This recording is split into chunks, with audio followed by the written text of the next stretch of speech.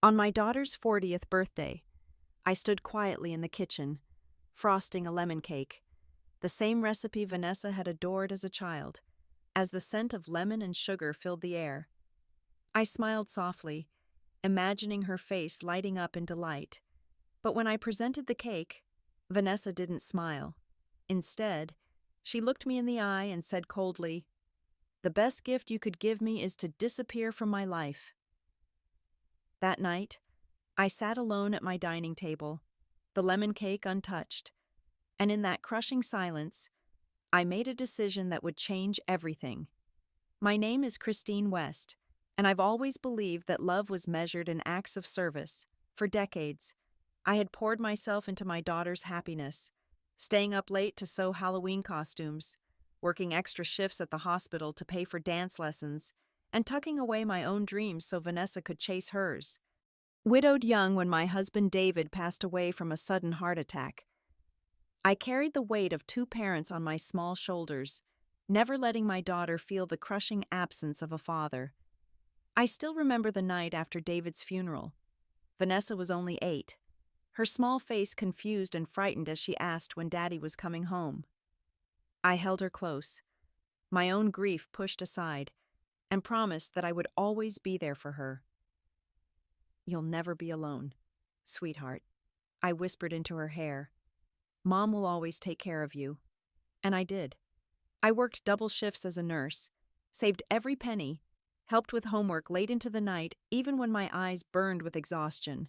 I cheered at every dance recital, bandaged every scraped knee, and celebrated every achievement as if it were the Olympic gold. When Vanessa needed braces, I sold my grandmother's silver to pay for them. When she wanted to attend a summer camp that cost more than a month's salary, I picked up weekend work at a retirement home. "You're too soft on that girl," my sister Sarah would say. "She needs to learn the value of things." But I couldn't bear to see disappointment on Vanessa's face. Not when I could prevent it.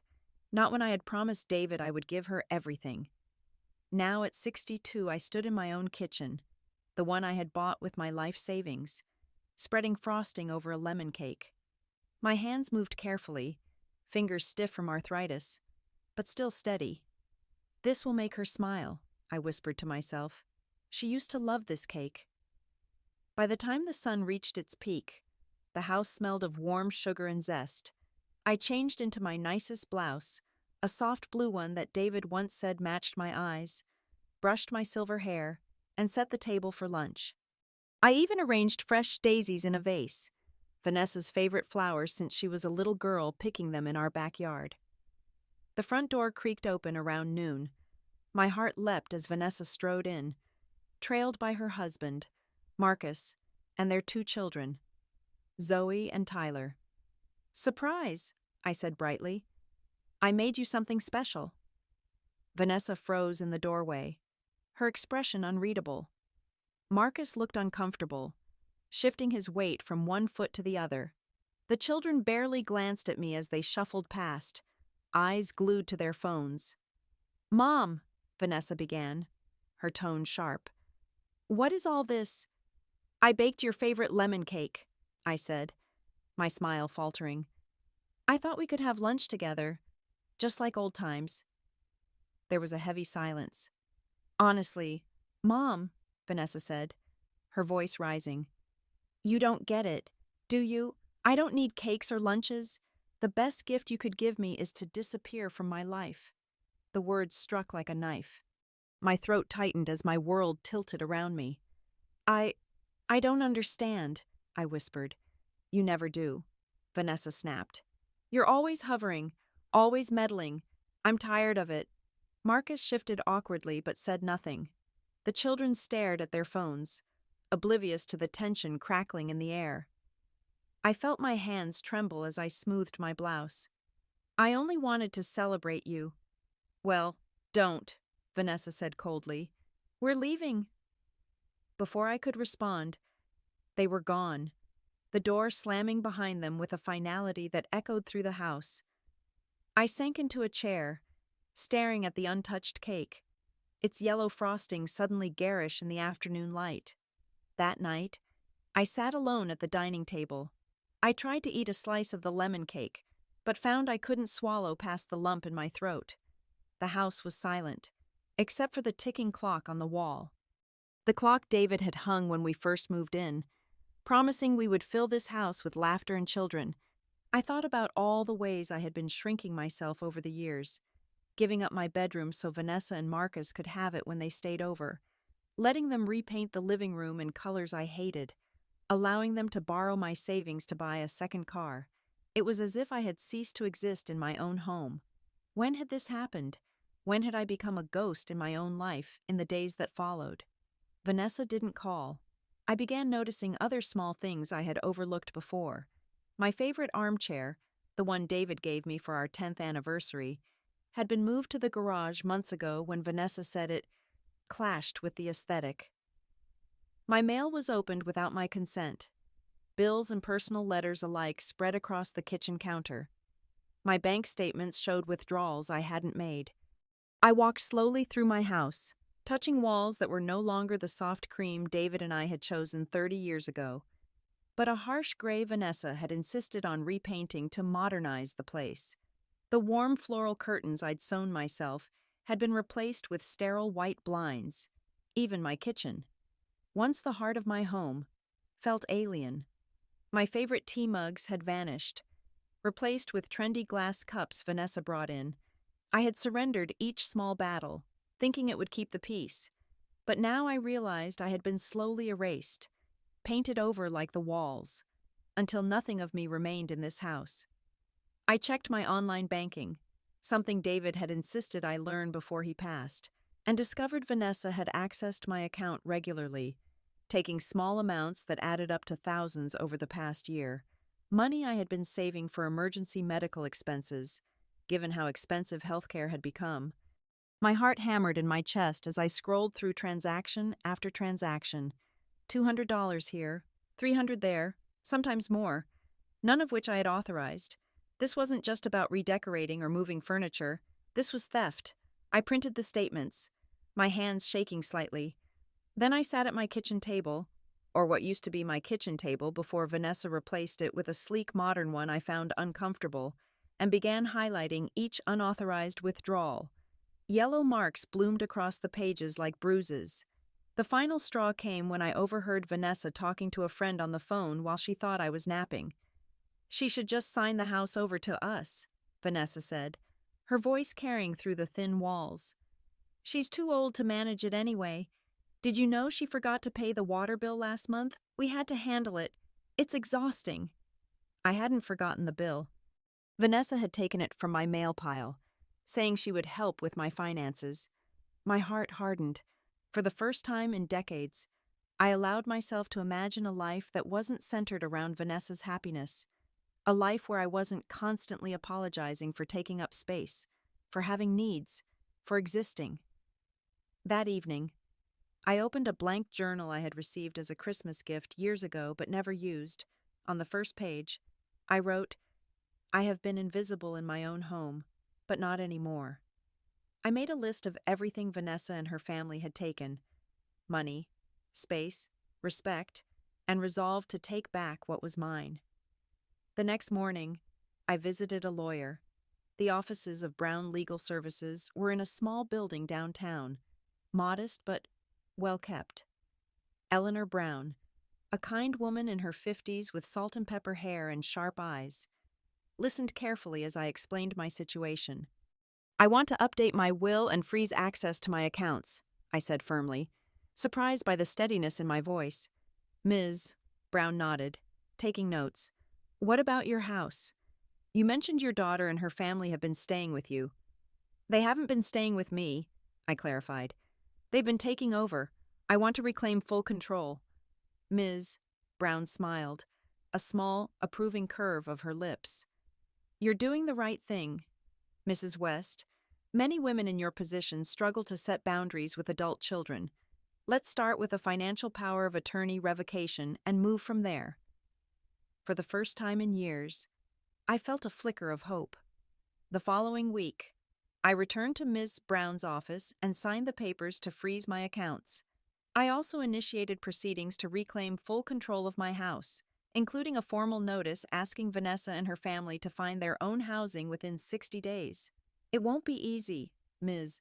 Brown warned. "They'll push back." Family dynamics can get ugly in these situations. "I'm ready," I said firmly. For the first time in years, I felt awake. When Vanessa discovered the frozen accounts, she stormed into my room, face flushed with anger. "What did you do?" she screamed. "I took back what's mine," I replied quietly. "You're insane. Do you want me and the kids out on the street?" I stood my ground. "You'll have to find your own way. Vanessa, this is my home, my life, and I won't let you take any more of it." Vanessa's face contorted with rage. "You'll regret this." "Maybe," I said softly, "but at least I'll have my dignity." The house was no longer silent. After I froze my accounts and began legal proceedings to regain control of my property, Vanessa turned the household into a war zone. The laughter of my grandchildren, once a source of joy, now felt like weapons thrown into the air. Doors slammed at all hours, voices were raised, and even the family dog seemed on edge, cowering under tables. I sat alone in the small guest room that had become my sanctuary. I clutched my journal to my chest and whispered into the quiet. "I won't let them take everything." 2 weeks earlier, when I filed the papers, I expected resistance, but I didn't expect this. Vanessa refused to leave, claiming rights to the home she had grown up in. "This is my home, too," she screamed when I presented the legal documents. "You've lost your mind. Mom?" "No," I said calmly. "I found it." Marcus tried to mediate, but his words fell flat. He'd grown comfortable living under my roof. No rent, no real responsibility, just the occasional complaint about the Wi-Fi speed or the water pressure. "You're tearing the family apart," he said accusingly. "I think that's already happened," I replied quietly. In the following days, Vanessa began twisting the narrative. She called relatives, painting herself as a victim. "She's throwing us out on the street," Vanessa sobbed into the phone. "After everything we've done for her." Soon, my phone rang nonstop. Cousins, church friends, even distant neighbors called to scold me. "How could you do this to your own daughter?" "You'll die alone, Christine. Don't you care about your grandchildren?" Each call felt like a knife, but I refused to waver. I spoke to Sarah, expecting the same judgment, but she surprised me. "It's about time," she said gruffly. "That girl has been walking all over you for years. David would be proud you're finally standing up for yourself." Every night, I sat at my small wooden desk, writing in my journal. "I've sacrificed my peace for theirs too long. I won't go back." I reread old entries, tiny snapshots of a life spent shrinking to make room for others. The time Vanessa borrowed my car and wrecked it without apology. The day Marcus changed the Wi-Fi password, locking me out of my own network. The countless nights I sat alone while Vanessa's family filled my house with guests, never inviting me to join them. One evening, I stood in my kitchen boiling water for tea when Vanessa stormed in. "This ends now," she hissed. "You're going to call your lawyer and tell them to stop." "No." Vanessa's eyes narrowed. "If you don't, you'll never see me or the kids again." My hands trembled as I placed the tea bag in my cup. "I hope it doesn't come to that," I said softly. "But I'm prepared if it does." Vanessa stared at me as though seeing me for the first time. "You've changed," she spat. "You used to care about family." "I still do," I replied. "But now I care about myself, too." That night, I found myself staring at an old photo of David. His kind eyes seemed to look right through me, the way they always had. "Am I doing the right thing?" I whispered to his image. There was no answer. Of course, but I felt a strange sense of peace settle over me. David had always taught me to respect myself. It had taken me 62 years to truly understand what he meant. The eviction process dragged on for weeks. I began making small changes, reclaiming my favorite armchair from the garage, replacing the blinds in the kitchen with my old floral curtains. I even bought myself a bouquet of daisies. The first flowers I'd bought for myself in years. It felt like breathing again. The night before the final eviction deadline, I heard Vanessa and Marcus arguing in hushed tones. Their voices carried through the vents, a design flaw in this old house that had once allowed me to hear Vanessa's childhood prayers. "We can't afford our own place right now," Marcus hissed. "You know that." "Then fix it," Vanessa snapped. "Talk to her. Make her understand." "I've tried. Maybe she's right. We've been taking advantage." "Whose side are you on?" Their words faded as they moved away from the vent, but I'd heard enough. A small, petty part of me felt vindicated, but mostly, I felt sad. Sad that it had come to this. Sad that somewhere along the way, my bright, loving daughter had become someone I barely recognized. The next morning, Marcus came to my room. "Christine," he said gently, "can we talk?" I looked up, wary. "We're leaving," he said. "We found a place to stay temporarily. Vanessa is upset, but I think it's for the best." I nodded, my heart heavy and light all at once. As Marcus walked away, he paused. "I'm sorry for how things turned out." "So am I," I whispered. The house was silent again. For the first time in years, I could walk from room to room without hearing footsteps thundering upstairs, without toys scattered across the hallway, without voices calling my name, not in anger, not in need, just silence. I stood in the middle of my living room and realized this silence wasn't empty. It was full of possibility. The morning after Vanessa and her family left, I stood in the doorway of the master bedroom. It still smelled faintly of her expensive perfume, the kind that cost more than my monthly prescription medications. The bed was unmade, sheets tangled in a rush to leave. Clothes hangers lay scattered on the floor, and drawers hung open like wounds. I walked to the window and opened it wide. Fresh air filled the room, carrying with it the scent of the rose bushes David had planted below. For the first time in years, it felt like mine again. Downstairs, boxes were piled near the front door, items Vanessa's family had left behind in their hasty departure. I sifted through them slowly, methodically. Designer clothes Vanessa hadn't bothered to pack. Toys the children had outgrown. Marcus's golf clubs, oddly, had been left leaning against the wall. I found an old family photo at the bottom of one box. Myself, David, and a teenage Vanessa grinning at a beach picnic. My chest tightened as I traced their faces with my finger. Vanessa's smile had been so genuine then, her eyes bright with that peculiar teenage mix of confidence and uncertainty. David's arm was around my shoulders, his face tanned and relaxed. "Where did we lose each other?" I whispered to the empty room. In the weeks that followed, I settled into a strange new rhythm. I cleaned the house from top to bottom, scrubbing away years of grime and clutter. I rearranged furniture, moving pieces back to where they had been before Vanessa's improvements. I filled vases with fresh flowers, baked bread for myself, and played the old jazz records that David and I had collected. But the nights were the hardest. I'd sit in my armchair with a book on my lap, reading the same sentence over and over, unable to concentrate. The house didn't echo with laughter anymore, but with memories, both sweet and bitter. I would catch myself listening for Tyler's footsteps or Zoe's giggles, only to be met with silence. One evening, nearly a month after they left, my phone rang. My heart leapt when I saw Vanessa's name. Despite everything, she was still my daughter, and I missed her. I hesitated before answering. "Mom," Vanessa said flatly, "we need money." My momentary hope collapsed. "I can't." "Vanessa," I said softly, "I've helped enough." "You're unbelievable," she snapped. "You're abandoning your family." "No," I said firmly. "I'm saving myself." "Then you'll never see me or the kids again," Vanessa hissed before hanging up.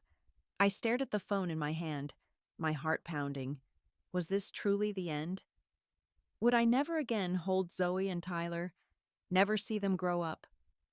The thought was almost unbearable, but something had shifted in me. I would no longer be held hostage by threats and emotional manipulation. The next day, a letter arrived in the mail. It wasn't from Vanessa. It was from Mrs. Gloria Jenkins, the elderly neighbor 2 houses down. My hands trembled as I opened it, expecting more judgment, more accusations. Instead, I read, "Dear Christine, I don't know if you remember, but I've lived across from you for 25 years. I've watched from my window as you carried burdens no one should bear alone.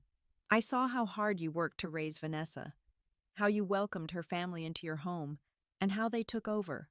I never said anything because I didn't want to interfere, but I want you to know this. I see you. I've always seen you, and I think you're braver than you realize. With love, Gloria Jenkins." I clutched the letter to my chest as tears spilled down my cheeks. For so long, I had felt invisible, even to myself, but in that moment, I realized I wasn't. Someone had been witnessing my life all along, seeing my struggles, my sacrifices, and now, my courage. That evening, I lit a candle in the living room and sat down with my journal. "I thought losing Vanessa would break me," I wrote, "but maybe it's teaching me how to live again." The days grew longer, and so did my sense of solitude. Each morning I walked through my quiet house, running my fingers along the smooth wooden banister David once built. The rooms felt larger now, emptier, but also lighter, as though years of tension had been lifted from the walls. For the first time in decades, I could breathe. I began exploring corners of my own life I had long abandoned. In the attic, I found old sketchbooks from my 20s, before motherhood consumed every moment. I had wanted to be an artist once, had even taken classes at the community college. David had encouraged my drawing, framing my amateur sketches and hanging them proudly. Sitting by the window, I began sketching again, delicate flowers, quiet landscapes, and sometimes faces I could never quite finish. At first, my hands shook, my lines hesitant. But soon the movements felt natural, like reconnecting with an old friend. I enrolled in an art class at the local community center, a small room with large windows and the perpetual smell of erasers and coffee. "I haven't done this in years," I admitted shyly to the instructor, a cheerful woman named Rebecca with colorful glasses and paint-spattered jeans. "Well, it's never too late to start," Rebecca said warmly, patting my shoulder. "Art doesn't care how old you are." Each Thursday, I sat among strangers who gradually became acquaintances, and then, surprisingly, friends. At first, I barely spoke, but slowly my voice returned. Soft, careful words at first, then laughter I hadn't heard in my own throat in years. "I feel silly drawing at my age," I confessed one afternoon, looking at my charcoal-smudged fingers. "Nonsense," said an older man across the table, his white beard dusted with pastels. "You're not silly. You're free. Free." The words settled in my chest like a warm stone. At home, I found myself humming again as I cooked dinner for one. I rearranged the furniture in the living room, bought a new set of curtains, and filled the walls with my own drawings. It wasn't a house anymore. It was mine. But Vanessa's voice still echoed in my mind at night. "You're abandoning your family. You'll die alone." The words wrapped around me like a cold fog, creeping in as I lay in bed, staring at the ceiling. 3 months passed without a word from her. I called on Zoe's birthday, but my call went straight to voicemail. I sent cards for both children, but never knew if they received them. I left messages that were never returned. One rainy evening in April, my phone rang. I hesitated when I saw Vanessa's name. With a deep breath, I answered. "Mom," Vanessa's voice cracked. "We're struggling. The kids miss you." My heart ached. "I miss them too," I said softly. I shouldn't have said those things before." It wasn't quite an apology, but it was something. I waited, listening to her breathing on the other end. "Can we come back?" Vanessa asked. "Just until we get back on our feet." I closed my eyes. I could hear the desperation in her voice, but I also heard the warning in my own heart. This wasn't about reconciliation. This was about necessity. "I'm sorry, Vanessa," I whispered, but I can't let things go back to how they were. You need to build your own life now. There was silence on the other end. Then Vanessa hung up. I sat quietly, tears streaming down my cheeks. But this time, my tears weren't just sorrow, they were release. The next day, I walked to the community garden near my house and knelt in the soil. I planted lavender and rosemary, letting my fingers sink into the earth. It felt like planting pieces of myself, parts I was only now rediscovering. Spring came quietly, painting Fairview in soft greens and blooms of color. I stood at my kitchen window, a steaming cup of tea in my hands.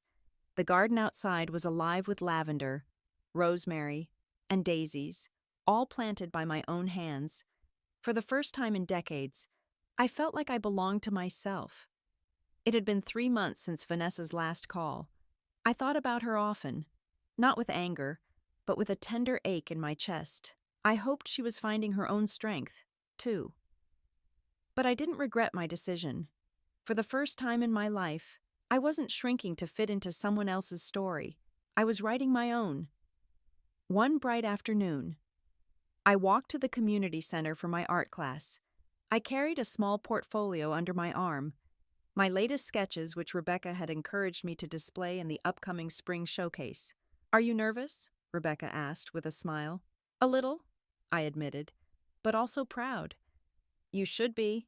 At the art showcase, I stood by my drawings, delicate sketches of flowers, hands, and faces full of emotion. "Did you make these?" a young woman asked, stopping in front of a drawing of an elderly woman's hands, each wrinkle meticulously rendered. "Yes," I said softly. "They're beautiful," she said, meeting my eyes. "You can feel the life in them." I smiled. "Thank you." For years, I had been invisible, but here in this small community hall, strangers saw me, not as a caretaker, not as a burden, but as a woman with a voice and vision of her own. After the showcase, Rebecca invited the class for coffee at a nearby cafe. I hesitated. I rarely went out in the evenings anymore, but something pushed me to accept. Sitting around a table with these people who knew nothing of my past but accepted my present was strangely liberating. "To Christine," Rebecca raised her mug, "our newest exhibiting artist." Everyone clinked their cups, and warmth spread through me that had nothing to do with the coffee. Later that week, I received another letter from Mrs. Jenkins. "Christine, I walked past your garden today. It's beautiful, just like you. I hope you know how many women like us are watching you and finding courage in your story. You remind us it's never too late to reclaim our lives. With admiration. Gloria." I folded the letter and tucked it into my journal that evening. I sat in my favorite armchair, the soft light of the setting sun streaming through the window. I picked up my journal and began to write. For so long, I thought my worth came from what I gave others, my time, my money, my love, but now I see that I was always enough, not as a mother, not as a caretaker, but as Christine. I'm not disappearing. I'm finally here. I closed the journal, my heart full and light. The doorbell rang. I opened the door to find 2 young girls from the neighborhood holding a basket of muffins. "Hi, Mrs. West?" one chirped. "Mom says these are for you. She says your garden inspires her." I knelt to their level, smiling. "Tell your mom I said thank you," I replied warmly. The girls waved and ran off, their laughter echoing down the street. I stood in the doorway for a moment, the breeze brushing my face. For the first time in a long time, I felt seen. A week later, I was in my garden, pruning roses, when a familiar car pulled into my driveway. My heart stuttered as Vanessa stepped out. She looked thinner, her face drawn and tired. She approached cautiously, stopping at the edge of the garden. "Mom," she said, her voice small. I straightened, wiping my hands on my gardening apron. "Vanessa, your garden looks nice." It was such an ordinary observation, so unlike the cutting remarks I'd grown accustomed to. I nodded. "Thank you." We stood in awkward silence, years of hurt stretching between us. "I'm sorry," Vanessa finally said. the words rushing out. I've been horrible to you. The things I said, the way I treated you, I have no excuse. I studied her face, searching for sincerity. What changed? Vanessa looked down. We've been struggling. Marcus lost his job. And I realized how much we took from you. How much I took. She paused. And then I saw your drawing at the community center. My drawing. The one of hands. They were your hands. Weren't they? I recognized them. They looked so strong, even with the arthritis. I remembered how those hands used to braid my hair, make me soup when I was sick. Tears filled her eyes. I've been so selfish. I wanted to rush to her, to embrace her as I always had, but something held me back. Vanessa, I'll always love you, but I can't go back to how things were. I know, she whispered. I'm not asking for that. I miss my mom. The simple honesty of those words broke something open in me. I've missed you too. Could we maybe have tea sometime? She asked tentatively. Just to talk. It was a small request, a tiny bridge across the chasm between us. I'd like that, I said. As Vanessa turned to go, she hesitated. The kids ask about you. They'd like to see you. I'd like that too, I said, feeling the first tender shoots of hope. After she left, I sat on the garden bench, emotions swirling. Was this a genuine change of heart? Or just another manipulation only time would tell? But for once, I wasn't rushing to sacrifice myself at the first sign of reconciliation. I would move forward cautiously, protecting the self I had worked so hard to reclaim. The following Sunday, Vanessa brought Zoe and Tyler for lunch. The children were shy at first, as though meeting a stranger, but when I brought out a plate of freshly baked cookies, the ice began to melt. Grandma, did you really make these? Tyler asked, chocolate smeared on his chin. I did, I smiled. Would you like to help me make the next batch? His eager nod warmed my heart. Zoe, now 12 and on the cusp of adolescence, was more reserved. She sat quietly, observing, until she noticed the sketchbook on the side table. You draw? She asked, surprise in her voice. I do. Would you like to see? She nodded, and I handed her the book. As she flipped through the pages, her eyes widened. These are really good. Grandma. Thank you, Zoe. Could you teach me sometime? I'd love to, I said, meeting Vanessa's eyes over Zoe's head. Something passed between us, a recognition, perhaps, of cycles broken and new possibilities. After they left, I added a note to my journal. Healing doesn't mean forgetting. It means building something new from the ruins of what was broken. The next day, Ms. Brown called with news. The house is officially secured in your name only. Mrs. West, I've also set up the trust fund as you requested. Your savings are protected for your healthcare needs, with provisions for your grandchildren's education. Thank you, I said, feeling a weight lift. What about the amendment to my will? All done. Vanessa will inherit the house eventually, but the terms are clear. She cannot sell it during your lifetime. Even with your permission, your residence is protected.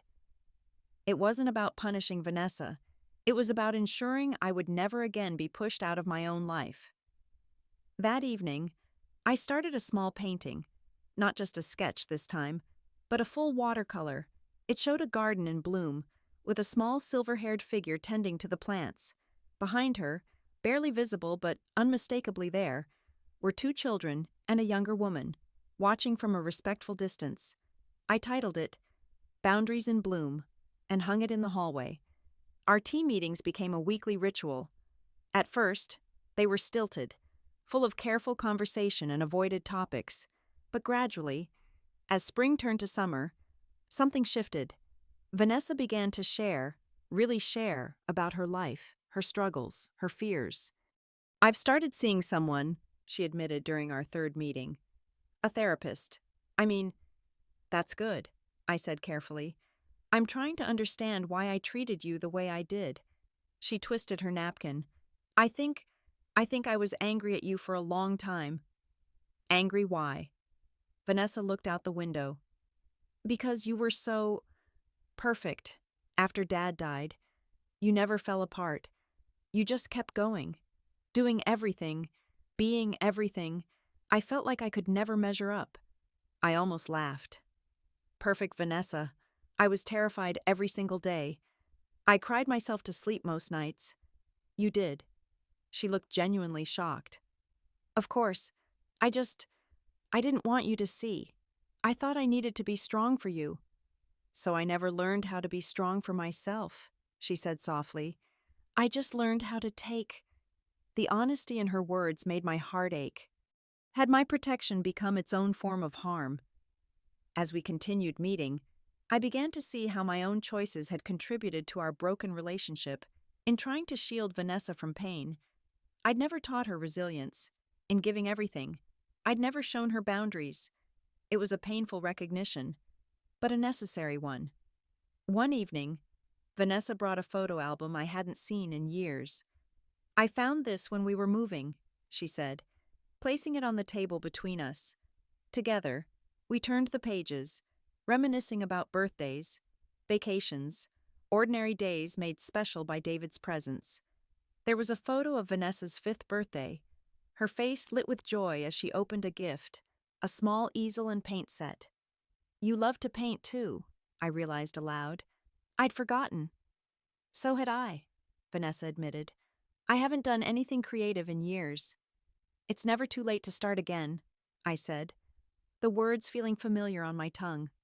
She smiled, a genuine smile that reminded me of the girl in the photographs. Maybe you're right.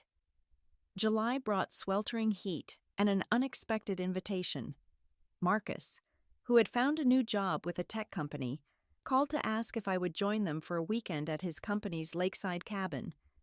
The kids would love it, he added, and so would we. I hesitated.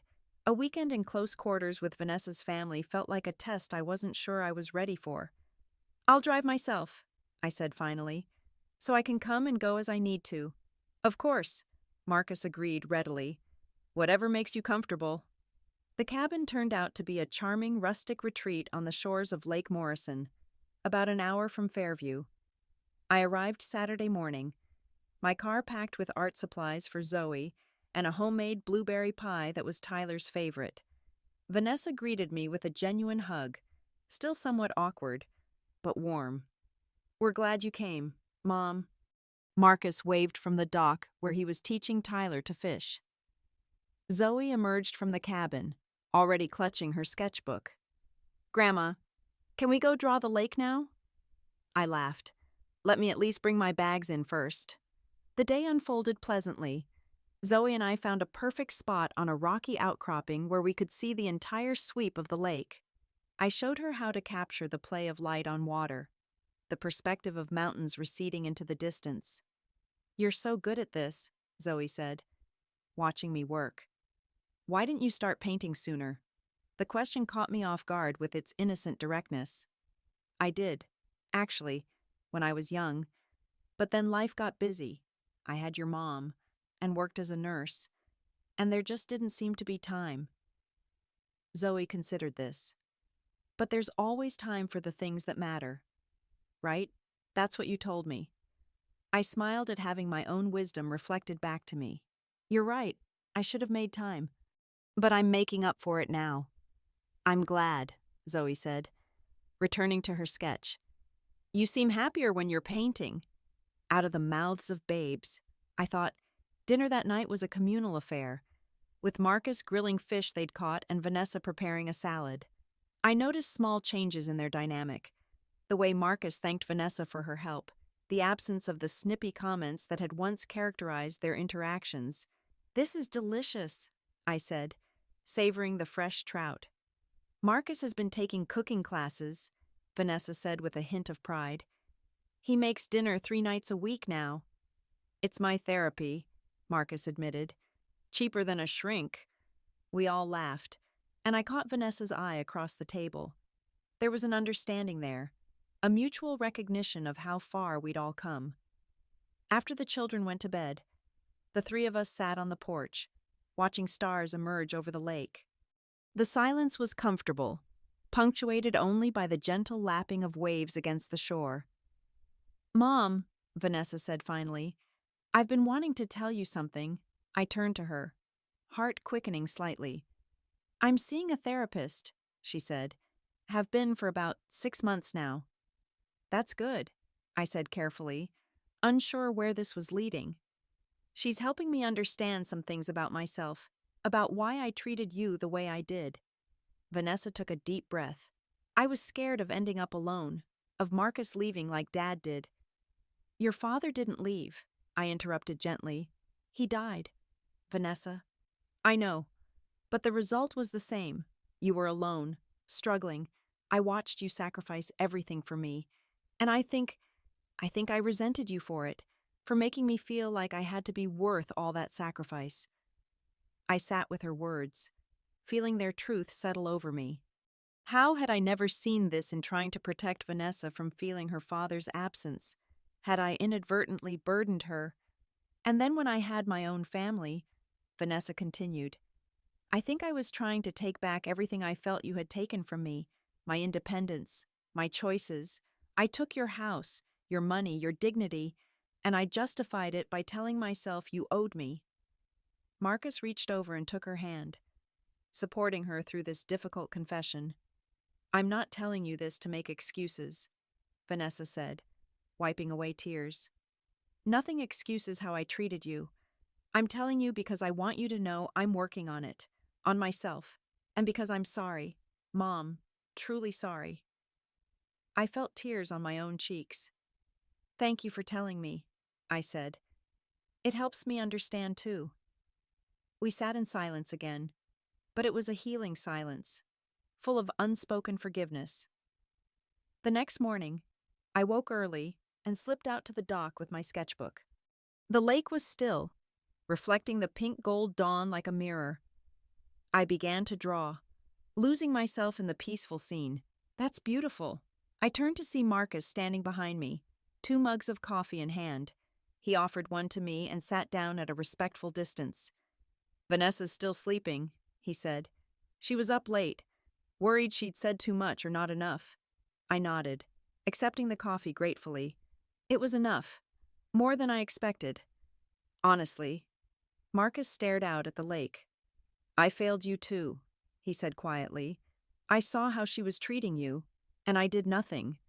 Worse than nothing. I participated." "Why?" I asked, not accusingly, but genuinely curious. He sighed. "Weakness, I guess. Fear of rocking the boat, and maybe some entitlement too. It was easier to take what you offered than to stand on our own feet." He met my eyes directly. "I'm sorry, Christine." "Thank you," I said simply. We sat in companionable silence, watching a pair of ducks glide across the water. "You know," Marcus said eventually, "you've changed how I think about growing older. Before, I saw it as just decline, something to fear. But you're more alive now than when we first met. It's like you're expanding instead of contracting." I considered his words. "That's exactly how it feels," I agreed. "Like I'm finally taking up the space I deserve." Summer arrived with a burst of heat and color. My garden flourished, and so did my art. Teaching the beginner's workshop brought unexpected joy as I watched older adults discover or rediscover creative expression. Some were tentative at first, apologizing for amateur efforts, but I recognized the hunger in their eyes, the same longing for self-expression that had awakened in me. "Forget perfection," I told them on our first day. "Seek connection with yourself, with what you see, with how you feel. The technique will come." By the third week, the atmosphere had transformed from hesitant to enthusiastic. Phyllis, a 70-year-old former accountant, discovered a talent for bold, expressionistic landscapes. Walter, a widower like myself, found solace in meticulous still lifes of ordinary objects: his late wife's reading glasses, a well-worn baseball glove, keys on a hook. "You've created a safe space here," the program director told me after observing a class. "They trust you." Trust, it was a gift I didn't take lightly. When Rebecca returned from a summer workshop in Santa Fe, bronzed by the desert sun and brimming with new ideas. She insisted on seeing my latest work. "Christine West," she exclaimed, examining the paintings in my sunroom studio. "You found your voice." "Have I?" I asked, surprised by her assessment. "Absolutely. There's a distinctive quality to your work now.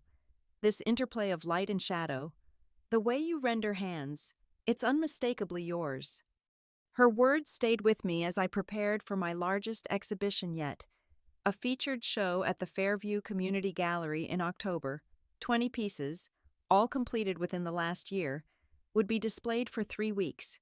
The gallery director had suggested a theme: visible portraits of women over 60. I had spent months on the collection, painting women in my community: Mrs.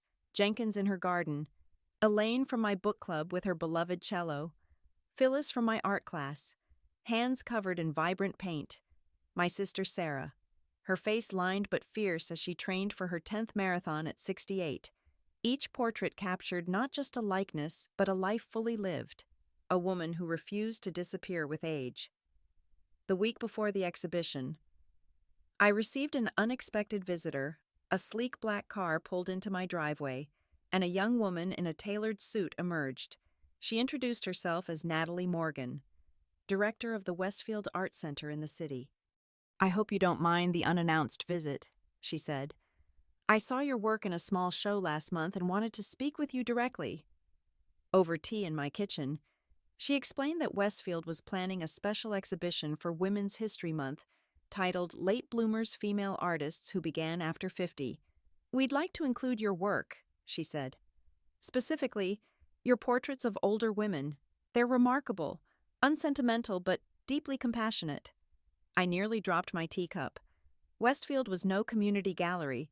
It was a prestigious regional art center that featured established artists. I'm flattered," I stammered. "But I'm still very new to this, self-taught, mostly." Natalie smiled. "That's precisely what interests us. Your work has an authenticity that formal training sometimes polishes away. You see these women, really see them." She left me with her card and a request to consider the opportunity. After she departed, I sat in my garden, overwhelmed by the possibilities opening before me.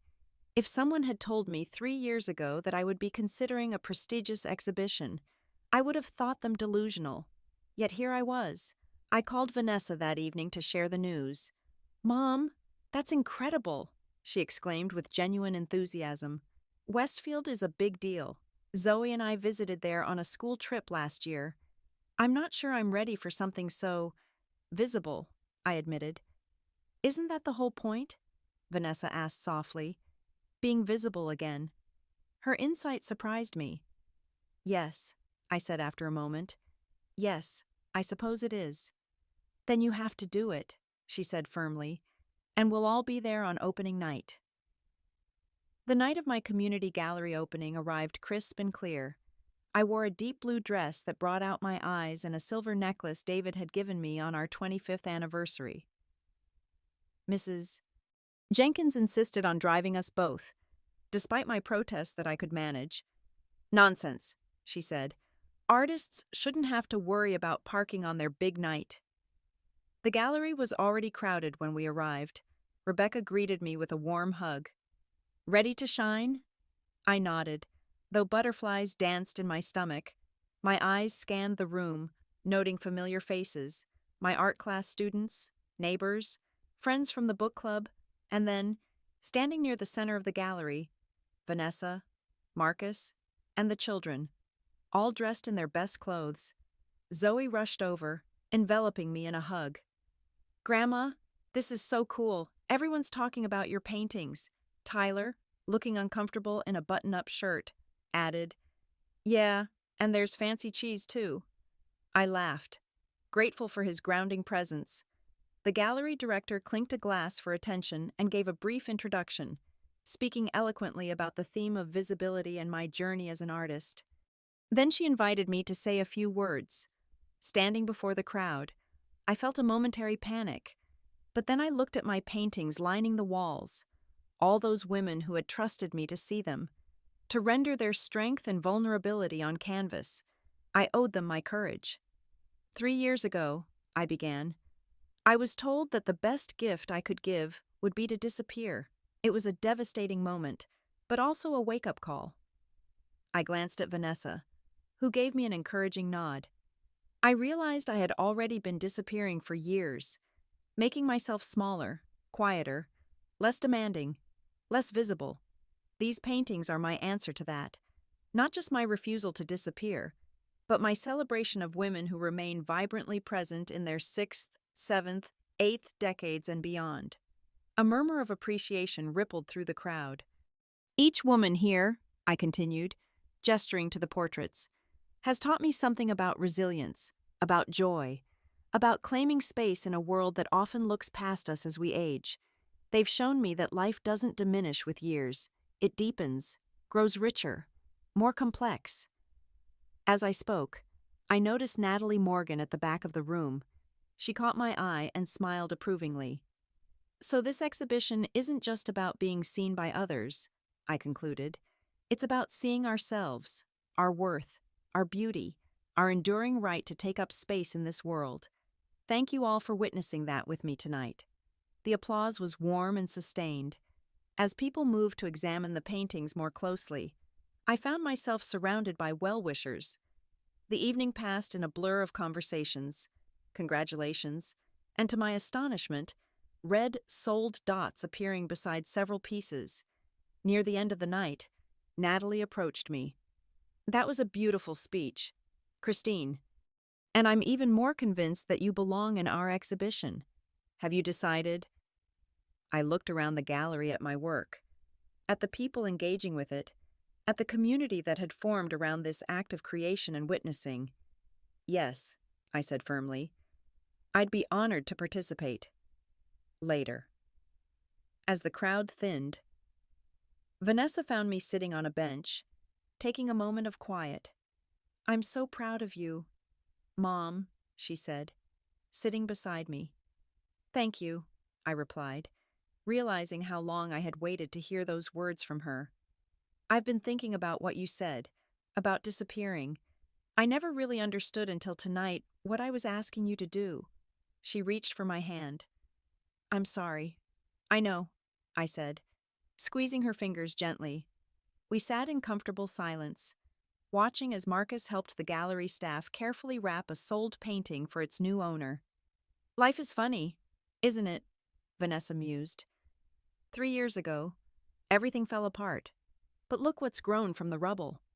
I nodded, thinking of all the unexpected gifts that had emerged from that painful time, my rediscovered passion for art, new friendships, a stronger sense of self, and yes, even this slowly healing relationship with my daughter. Do you regret any of it? Vanessa asked hesitantly. I considered the question carefully. I regret the pain we caused each other, I said finally, but I don't regret finding myself again. I don't think I could have done that without the breaking point. Vanessa nodded thoughtfully. Me neither. The next morning, I woke early and made myself a cup of tea. I carried it out to the garden, which was touched with autumn gold now, the flowers fading but still beautiful in their seasonal transition. I thought about the journey of the past 3 years, from invisibility to recognition, from self-abandonment to self-discovery. It hadn't been easy. There had been days of doubt, of loneliness, of wondering if I had made the right choices. But sitting in my garden with the morning sun warming my face, I knew with absolute certainty that I had. My phone chimed with a text from Zoe Grandma. My art teacher loved the techniques you showed me. Can we paint again this weekend? I smiled and typed back, Of course, Fa. Sweetheart, my door is always open. And it was, open to new possibilities, open to deeper connections, open to the full, rich life I was still creating, day by day. That evening, I added a final entry to the journal I had begun 3 years ago when Vanessa told me to disappear. She didn't realize she was actually calling me to appear, fully, authentically, unapologetically. The journey from invisibility to visibility hasn't been straight or easy. There have been detours, setbacks, moments of doubt, but each step has led me here. To this place of peace and purpose, I am Christine West, artist, teacher, mother, grandmother, friend. I take up space in this world without apology. I am seen, and more importantly, I see myself clearly now. I haven't disappeared. I've emerged.